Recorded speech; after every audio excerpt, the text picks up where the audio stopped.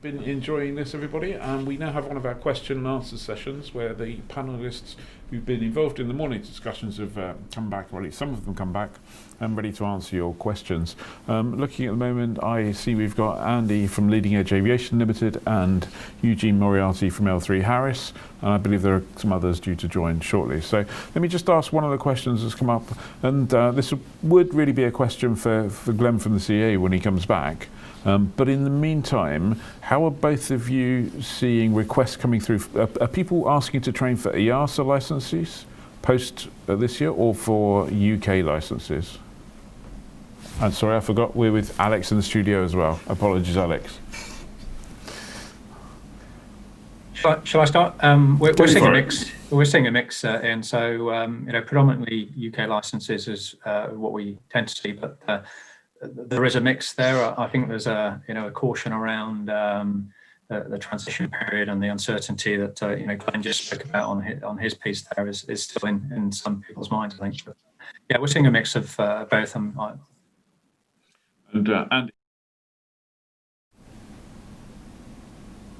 there are UK licenses they're looking at, but there are some that are considering, depending on obviously where they're going to train. And the thing that's not been answered yet is, would any UK citizen have the right to live and work in the rest of Europe? It seems to be a common question, which we can't answer. So the angle at the moment is predominantly UK. Yeah, absolutely. Alex, is that something that comes across in the ground school thing? Or? Well, we get involved in it mostly because people come to us with licensing questions in the early stages and say, how should I do this, where should I go? And so it doesn't directly affect ground school, because ground school is substantially the same, but it very much affects the decisions that the people make. And we actually see the reverse of that. The reality is that if you get an EASA license, then the CAA have said that they will either validate or convert. They haven't been clear about which one, but they'll basically issue a UK license on the basis of an EASA license for what they call recent UK issued Part FCL holders, which we're interpreting as somebody who had a UK issued PPL, went and got themselves an EASA ATPL, come back to the UK after transition period has ended, and the UK will give them a UK license. And that means that they have both licenses, whereas if they take the UK path, they will end up with a UK only license, and there is no easy conversion from a UK only license to EASA. So the reverse of what the other panelists say. Most of our candidates, most of the people we talk to that go to other modular schools are planning for an EASA license, and the UK candidates are expecting to be able to convert to a UK to hold both licenses in parallel. Thank you. So, question from Sam here, which is, can you hold a UK PPL and then do training with an EASA state to enable you to hold an EASA ATPL, but maintain your UK PPL? I think pretty sure the answer to that is yes, because the UK PPL is ICAO PPL, and that's what you need to start the ground school training. Yeah, that's exactly the answer, because we're talking about after the transition period here. The criteria to start the ATPL theory is to hold an ICAO standard PPL, of which the UK PPL is. I think I'm right in saying that the NPPL isn't, though. Is that right? I think that NPPL is sub-ICAO. Yeah, so you'd have to use a full UK PPL, and yes, then you can go to an EASA state, or indeed an EASA approved ATO within the UK, and there'll be quite a large number of those, and start trading for an EASA license. So you've been joined by Glenn. Hello, Glenn. How are you? Yeah, good. Thank you. Thank you very much for joining. Unfortunately, I was in here and I missed your presentation, so some of these questions you may well have answered already. So Stuart Stevenson, how will someone living in Northern Ireland be affected by Brexit? Are we better with the UK license or an EASA like that? I'm not sure anyone. That's kind of, you need to figure that one out. Northern Ireland is caught in the middle. Any comments on that, Glenn? Well, Northern Ireland is part of the UK, so it fits with that. It's so if you are flying, I mean, it depends who you're flying for and what you're doing. So I think where you live is probably kind of slightly irrelevant. So I mean, theoretically, being in Northern Ireland is the same as living in England as far as working license and flying is concerned. So it's very much about where you want to be working. Yeah, that kind of makes sense. So it's a bit vague, but And where you can work, which I guess is a question none of us can answer. Exactly. I mean, if you're living in Northern Ireland and want to go and work for Cathay Pacific, then you're going to have a Hong Kong license. So I'm not being facetious, but if you're working for a European operation, you've got the right to live and work in Europe or whatever, then that's it's that kind of drives it rather than where you live. Okay, thank you. I have a question from Shalem Bammer, which is really addressed at the ATOs, I should say. I have another question to ask. On average, if you choose to do modular pilot training, how long will it take you roughly to get your frozen ATPL? I'm going to take a stab at between 2.5 and 5 years. Andy, what would you say? Well, the biggest thing is how long are the gaps you do between each session? If you actually went straight the way through like an integrated in modular route, you can do it in 18 months. But how quickly can you do hours builds? How long did it take to get your PPL? As you say, it's how long is a piece of string? Yeah, 2 and a bit years to 5 years is an average sort of line on it. Eugene, anything to add to that? Yeah, same as Andy. It's what you choose. I mean, that's the benefit of modular. You can choose the pace at which you complete it. So if you want to spread it out over a longer period, you can. But as Andy said, if you packed it all together, then it would be a similar timeline to an integrated course. Thank you, Glenn. I have a question here for you. You could settle an argument as well. There's somebody here asking. Scrolled off my screen, unfortunately, but basically said if I hold an EASA license, let's say for the argument sake that we're talking about an EASA professional license, can I fly a G-Reg aircraft professionally? So Yes. French ATPL, can I fly a G-Reg BA airplane? From the 1st of January until the 1st of January 2021 until the 31st of December 2022, yes, you can, because on the 1st of January we'll issue a blanket validation that validates all EASA licenses for use on G-Reg aircraft, and that validation period is designed as a period of time for you to get a UK national license issued by the end of that period. So yes, you can for 2 years, and you can continue to do so if you get a UK national license issued in that period as well. Thank you very much. Petter, did you have which route did you follow? Were you a modular or an integrated? I went through an integrated route, which was government sponsored, fortunately, back in Sweden.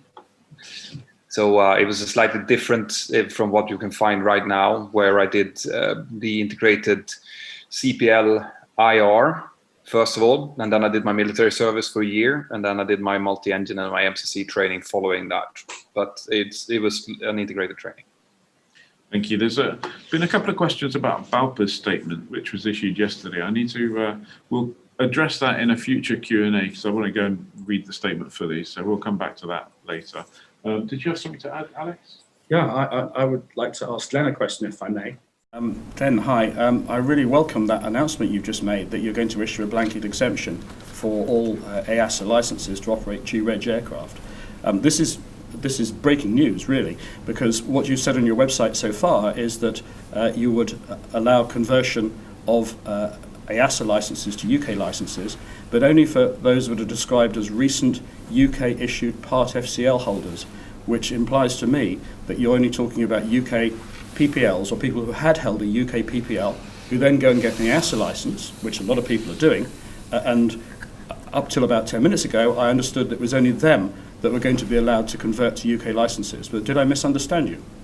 Okay, so just to unpick that slightly. So the legislation, the statutory instrument states any certificates, license or approvals that are issued before the 1st of January 2021 will be accepted for that 2-year validation period, or up to 2 years. So for a license, it's non-expiring, so it will be accepted for 2 years. So if you have an EASA ATPL issued before the end of the year, it will be validated by the UK to be able to for use on G-Reg aircraft for up to 2 years. That's anybody. Yeah. So what about people who get an EASA issued license after the end of the transition period, and then want to convert their UK licenses, their EASA licenses to UK? there'll be a process for doing that as well. I'm not sure the exact details of what would be required to do that, and I wouldn't like to make it up and get it wrong. But there is a process for doing that. Clear, thank you. Excellent, thank you for that.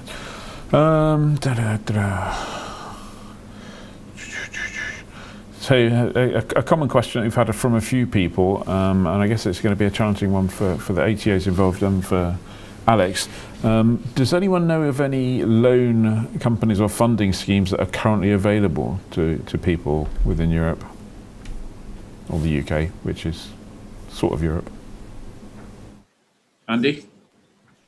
No, there's nothing out there at the moment that we know of like BBVA used to be, but there are still a number of banks that will make loans for pilot training, but not the sort of scheme that was out there a few years ago, unfortunately.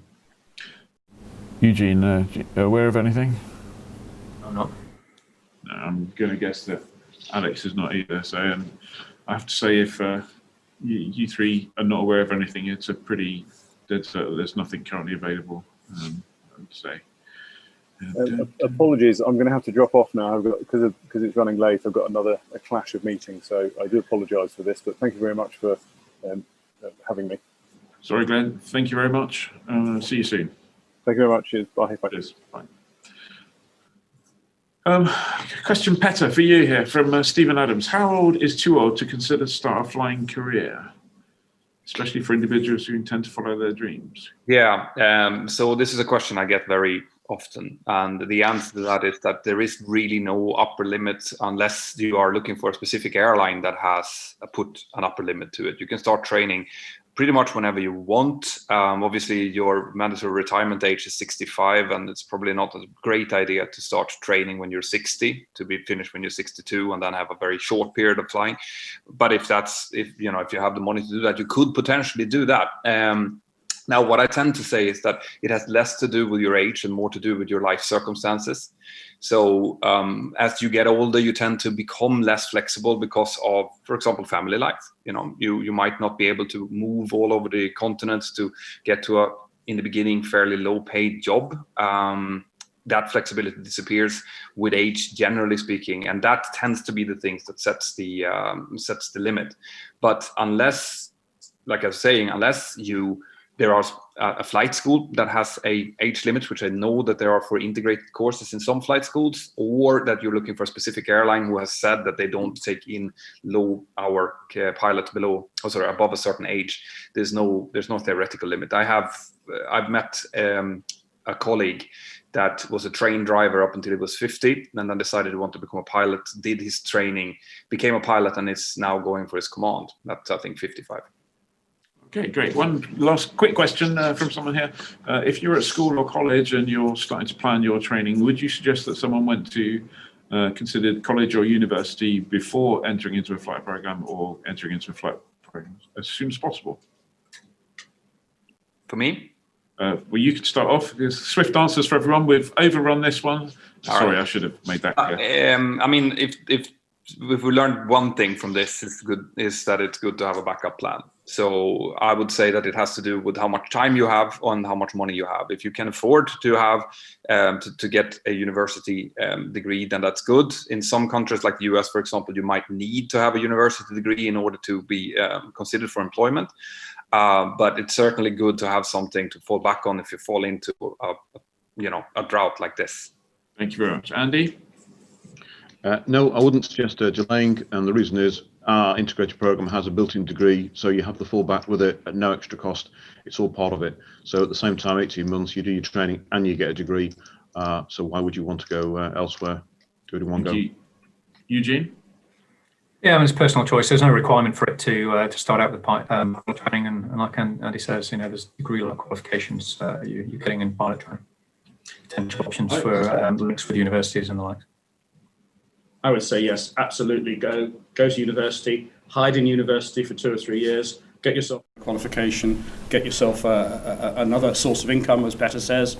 And with respect to all the other panelists here, do be careful about the sorts of degrees that are offered with aviation programs. I'm not talking about leading edges, but many of them are really foundation degrees that have no application at all outside flying. and so they don't represent a second string to the bow. Thank you very much. So we're going to wrap up the Q&A here in just 1 second. I just wanted to say there are clearly some opposing views here, and that's no surprise. Different people will have different views, and part of your task as you're planning your future training and aviation career is to really take all of the data, to question it, trust but verify, and then put together the solution that best fits you. There is no one answer that fits everybody. So take all the information, assess it, apply it to your own personal situation, and make your training plan that's appropriate to you. Thank you very much, and we'll see you for another Q&A later.